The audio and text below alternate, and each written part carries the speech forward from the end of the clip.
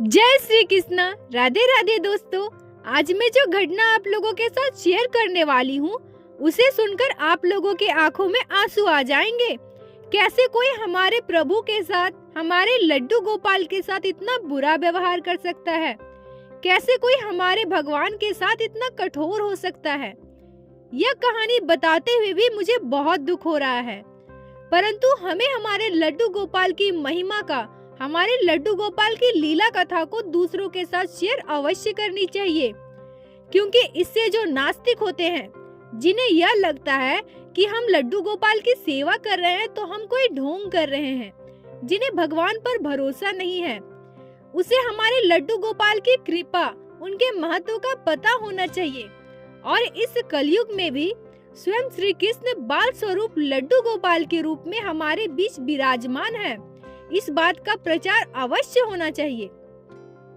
यह कहानी हमें लिख भेजी है मध्य प्रदेश में रहने वाली रमा जी ने। रमा जी कहती हैं कि मैं बहुत गरीब फैमिली से हूँ। बचपन से ही मैंने अपने मायके में बहुत गरीबी देखी है। मेरे माँ बाप ने मुझे बहुत कष्ट से, बहुत ही मुश्किलों का सामना करते हुए बड़ा किया है। रमा जी आगे कहती हैं कि मेरे मायके में लड्डू गोपाल थे। मैं बचपन से ही लड्डू गोपाल की सेवा देखी हूँ, और जब मैं इस लायक हुई कि मैं लड्डू गोपाल की सेवा कर सकूं, तब मैं लड्डू गोपाल की सेवा अपने मायके में ही करना प्रारंभ कर दी। मैं लड्डू गोपाल की सेवा बहुत ही प्यार से करती थी, मानो लड्डू गोपाल में मेरे प्राण बसते हो। इतनी गरीबी में भी मेरे माँ बाप ने मुझे पढ़ाया, और जब मैं मैट्रिक का एग्जाम दी और मैं 11th में गई तो मेरे लिए एक रिश्ता आया। उस समय मेरी उम्र काफी छोटी थी, परंतु मेरे मम्मी पापा बहुत खुश थे। उन्हें लगता था कि हम इतने गरीब हैं, अपनी बेटी की शादी अच्छे घर में नहीं कर सकते। जब सामने से कोई सरकारी नौकरी वाले लड़के का रिश्ता आया है तो उसे मना कैसे कर सकते हैं। और मेरे मम्मी पापा मेरी शादी करवा देते हैं। मेरे पति आर्मी में थे। शादी के बाद वो अपने जॉब पर चले गए। मेरे पति के माता पिता गुजर गए थे। वो अपने चाचा जी और चाची जी के साथ रहते थे। मैं भी अपने शादी के बाद अपने चाची सास और चाचा ससुर के साथ रहने लगी। उनकी एक बेटी थी जो बाहर रहकर पढ़ाई करती थी, परंतु मुझे लगता है कि मेरी किस्मत ही खराब थी। जितने दुख तकलीफ मैंने अपने मायके में देखी है, उससे भी कई ज्यादा यातनाएं मुझे मेरे ससुराल में मिलने लगे। मेरे मायके में भले ही सुख संसाधनों की कमी थी, परंतु मेरे माता पिता मुझसे बहुत प्रेम करते थे। वह कभी भी मुझे किसी चीज की तकलीफ नहीं होने देते थे। वो कहते हैं ना, माँ बाप कितने भी गरीब हो, परंतु अपने बच्चे की खुशी का ख्याल सबसे पहले रखते हैं। परंतु मेरी चाची सास हमेशा मुझसे लड़ाई करती थी, हमेशा मुझसे बहुत काम करवाया करती थी। मेरे पति अपने जॉब से बाहर रहते थे। मैं उन्हें यह सब बताकर दुखी नहीं करना चाहती थी, और मेरे माता पिता की भी स्थिति इतनी अच्छी नहीं थी। अगर मैं उन्हें यह बताती कि मेरे साथ मेरे ससुराल में क्या हो रहा है तो उन्हें कितना दुख होता। ये सब सोचकर मैं चुप रहने लगी। रमा जी कहती है, मैं चाचा चाची की हर बात मानती थी। वो जैसा बोलते थे मैं वैसा करती थी। मुझे काम करने से कोई इतराज नहीं था। वो मुझे जितना काम करवाते थे मैं सब कर लेती थी। वो मुझसे बड़े हैं, अगर वो कुछ बोल भी दे तो मुझे इसका दुख नहीं है। रमा जी आगे कहती हैं, मुझे लड्डू गोपाल से बहुत ही प्रेम था। बचपन से ही मुझे लड्डू गोपाल से बहुत लगाव था, इसलिए मैं लड्डू गोपाल को अपने साथ अपने ससुराल लेकर गई थी। मेरी चाची सास को हमेशा मेरे लड्डू गोपाल से दिक्कत होता था। वो हमेशा मुझे रोक टोक करती थी, पर मैं उनके बातों का कभी ध्यान नहीं देती थी। मैं घर के कामों के साथ साथ लड्डू गोपाल की भी सेवा किया करती थी। परंतु एक दिन कुछ ऐसा हुआ जिसे बताते हुए मेरी आंखों से आंसू आ रहे हैं। एक दिन मैं किचन में खाना चढ़ाकर लड्डू गोपाल को दोपहर का भोग लगाने चली गई।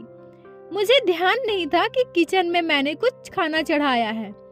मैं लड्डू गोपाल को भोग लगाने बैठ गई, और इसी में थोड़ा लेट हो गया और मेरा खाना थोड़ा सा जल गया। मुझे जैसे ही इसकी गंध आई, मैं दौड़ते हुए किचन में गई और खाने को गैस से उतारा।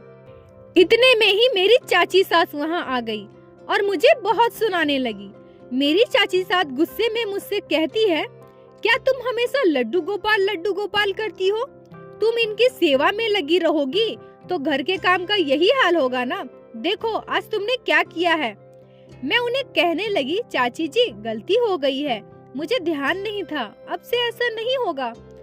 पर मेरी चाची सास बहुत गुस्से में थी। वह मुझसे कहने लगी, हमारे घर में वैसे भी लड्डू गोपाल की सेवा नहीं होती, तुम कहाँ से ये उठाकर लेकर आई हो? कहीं ऐसा ना हो कि इनकी सेवा करने से हमारे घर में कोई अमंगल हो जाए। रमा जी आगे कहती है कि मैं उनकी बातें सुनकर एकदम से दंग हो गई। मैंने उनसे कहा, लड्डू गोपाल की सेवा करने से कैसा अमंगल? मेरी चाची सास मुझसे कहती है, तुम ज्यादा मत बोलो, हमारे घर में लड्डू गोपाल की सेवा नहीं होती। बहुत दिनों से देख रही हूँ तुम हमेशा लड्डू गोपाल में लगी रहती हो। अब हमारे घर में लड्डू गोपाल की पूजा नहीं होगी। इस मूर्ति को अभी यहाँ से दूर फेंको। रमा जी कहती हैं कि मुझे उनकी बातें बहुत चुभ रही थी।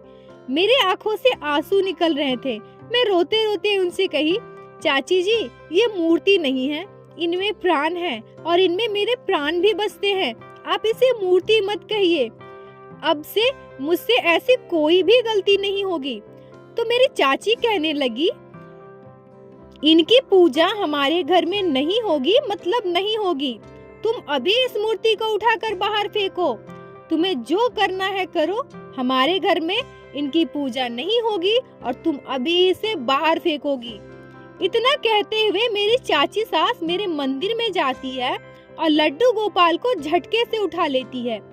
मैं रोते हुए उनके पीछे भागती हूँ और कहती हूँ, चाची जी आप क्या कर रही हैं? मेरे लड्डू गोपाल को मुझे वापस दीजिए। वो कहने लगती है, इनमें प्राण है ना, तुम इनकी सेवा करोगी, हमारे घर का काम बिगाड़ोगी। रुको मैं तुम्हें अभी बताती हूँ। अगर इस मूर्ति में प्राण है, जिसमें भगवान बसते हैं, तो ये अपनी रक्षा स्वयं कर सकते हैं।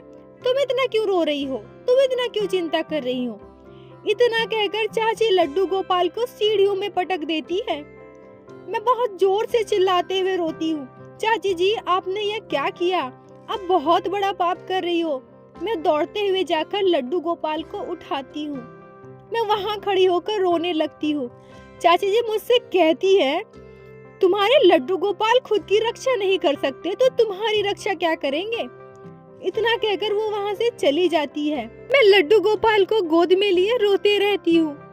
फिर उन्हें फिर से मंदिर में विराजित करती हूँ। मेरे मन से यह दृश्य कभी नहीं हट रहा था कि मेरी वजह से मेरे लड्डू गोपाल को इतना दुख सहना पड़ा है। अगर मैं खाना नहीं जलाती तो चाची जी लड्डू गोपाल के साथ इतना दुर्व्यवहार कभी नहीं करती। मेरे लल्ला को चोट लग गई है, ये सब बातें मेरे दिमाग में चल रही थी। मेरे आंखों से आंसू नहीं रुक रहे थे। जैसे तैसे मैंने खुद को संभाला।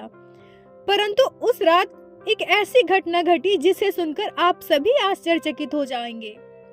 मेरी चाची जी की बेटी जो बाहर रहकर पढ़ाई करती थी, वह अपने हॉस्टल से कहीं बाहर जा रही थी और उनके गाड़ी का एक्सीडेंट हो गया। जैसे ही वहां से कॉल आता है, घर में सभी लोग बहुत परेशान हो जाते हैं। चाची जी रोने लगती है। मैं उनके पास जाकर उन्हें समझाती हूँ, चाची परेशान मत हो, ये सब ठीक हो जाएगा। फिर हम सभी हॉस्पिटल के लिए निकलते हैं। मेरे हस्बैंड को भी कॉल किया जाता है, वो भी वहाँ आ जाते हैं। परंतु उसके 2 दिनों के बाद हमारी जिंदगी बिल्कुल बदल जाती है। सुबह सुबह चाची जी मेरे पास दौड़ते हुए आती है और कहती हैं, रमा मुझे माफ कर दो, मुझसे बहुत बड़ी गलती हो गई। मैं चाची से पूछती हूँ, चाची क्या हुआ, आप ऐसा क्यों बोल रही है? तब चाची बताती है कि मेरी कर्मों की सजा मेरी बेटी भुगत रही है। मैं बोली, चाची जी आप ऐसा क्यों बोल रही हैं? चाची कहती है, मैंने अभी अभी एक बहुत ही बुरा सपना देखा है। मैं सपने में देखती हूँ कि मैं जब लड्डू गोपाल को सीढ़ियों में पटकी हूँ तो लड्डू गोपाल को काफी चोट आए हैं। वह मुझसे आकर कहते हैं, चाची जी आपने मुझे सीढ़ियों पर पटका है, देखो मेरे शरीर पर कितने निशान बन गए हैं, मुझे बहुत दर्द हो रहा है। और लड्डू गोपाल मुझसे कहते हैं, आपने मुझे इतनी तकलीफ दी है ना, मुझे इतनी चोटें दी है, अब देखना आपको कितनी तकलीफ होगी। यह सब बताते हुए चाची बहुत रोती है। वह कहती है, रमा मुझे माफ कर दो, आज मेरे कर्मों की सजा ही मेरी बेटी भुगत रही है। रमा, मैंने लड्डू गोपाल को बहुत दुख दिए हैं, बहुत तकलीफें दी हैं, मैंने भगवान को पटक दिया है, मेरे कर्मों की सजा ही मेरी बेटी भुगत रही है। रमा, लड्डू गोपाल से प्रार्थना करो मेरी बेटी जल्दी ठीक हो जाए, मैं अपनी गलती स्वीकार करती हूँ। रमा जी आगे कहती है कि मुझे सब कुछ समझने में जरा भी देर नहीं लगती। मेरे भी आंखों में आंसू आ रहे थे कि मेरे लड्डू गोपाल को कितनी दर्द हुई, कितनी तकलीफ हुई, जो चाची जी के सपने में जाकर बताया। मैं चाची जी को लेकर हमारे पूजा घर में गई, वहाँ लड्डू गोपाल विराजित थे। मैंने कहा, चाची अपने लड्डू गोपाल को तकलीफ दी है तो आप लड्डू गोपाल से क्षमा मांगो। हमारे लड्डू गोपाल बहुत कृपालु है, वो सभी को माफ कर देते हैं, सभी पे कृपा करते हैं। चाची वहाँ बैठकर लड्डू गोपाल के पास बहुत रोने लगी। चाची लड्डू गोपाल से लगातार क्षमा मांगे जा रही थी। उस दिन से चाची जी हमारे साथ लड्डू गोपाल की सेवा करना प्रारंभ कर दी। मेरे साथ लड्डू गोपाल की सेवा करते हुए कुछ दिनों में ही उनकी बेटी बिल्कुल स्वस्थ हो गई। बोलो बाके बिहारी लाल की जय, लड्डू गोपाल की जय, जय जय श्री राधे। दोस्तों, कोई माने या ना माने, हम भक्त को पता है कि लड्डू गोपाल इस कलयुग में भी हमारे बीच विराजित है। हम लड्डू गोपाल की जब सेवा करते हैं तो हम उनके आव भाव से समझ सकते हैं। हम भक्तों के लिए लड्डू गोपाल की सेवा से बढ़कर और कुछ नहीं होता। हम उनके भाव से उनकी कृपा पाते हैं। इस तरह की घटना जब हम सुनते हैं तो हमारा कलेजा कांप जाता है। हम अपना दुख व्यक्त नहीं कर सकते कि हमें कितना बुरा लगता है। इस कलयुग में इतना पाप बढ़ गया है कि स्वयं भगवान को अपने अस्तित्व का प्रमाण देना पड़ता है, परंतु नास्तिक को सही रास्ते पर लाना भी जरूरी है। इसलिए भगवान को इस तरह का कठोर कदम उठाने पड़ते हैं। दोस्तों, आशा करती हूँ कि रमा जी के साथ घटी यह घटना आपके दिल को स्पर्श की हो। अगर वीडियो अच्छी लगी हो तो कृपया वीडियो को लाइक करें और अपने दोस्तों के साथ शेयर अवश्य करें और चैनल को सब्सक्राइब करें, ताकि प्रतिदिन हमारे चैनल पे आप श्री लड्डू गोपाल, श्री बाके बिहारी जी की लीला कथा सुन सकें। राधे राधे दोस्तों।